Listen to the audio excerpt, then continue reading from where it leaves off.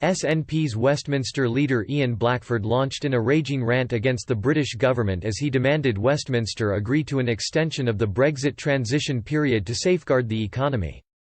SNP's Ian Blackford launched into a scathing attack of the British government, accusing Westminster of shamelessly gambling with the economic future of the UK with the threat of a Brexit no deal. The SNP politician pointed out the UK is 2 months away from the deadline set to request an extension, and he urged Foreign Secretary Dominic Raab to consider postponing the end of trade talks with the European Union past December 31. Mr. Blackford accused the government of threatening to isolate the British economy in the aftermath of the coronavirus pandemic. Addressing Foreign Secretary Dominic Raab, Mr. Blackford said, "We are 2 months away from the deadline on approving an extension to the Brexit negotiations. Michel Barnier has been clear, the UK has refused to engage seriously on a number of fundamental issues.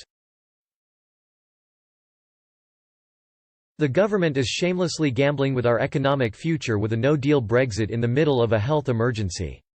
Why is the government threatening to isolate our economy at the end of the year during the biggest economic crisis of our time?" After Mr. Raab urged Mr. Blackford to take Mr. Barnier's comments at face value, Mr. Blackford continued, "What we should be doing is removing uncertainty, and we should put a stop to these talks. We should make sure that we protect our businesses, and the failure by the First Secretary to rule out a no-deal Brexit should alarm us all. The World Trade Organization predicts world trade may fall by 32% this year. The IMF says the world will suffer its worst financial crisis since the 1930s, and the OBR warned the UK economy could shrink by 35%.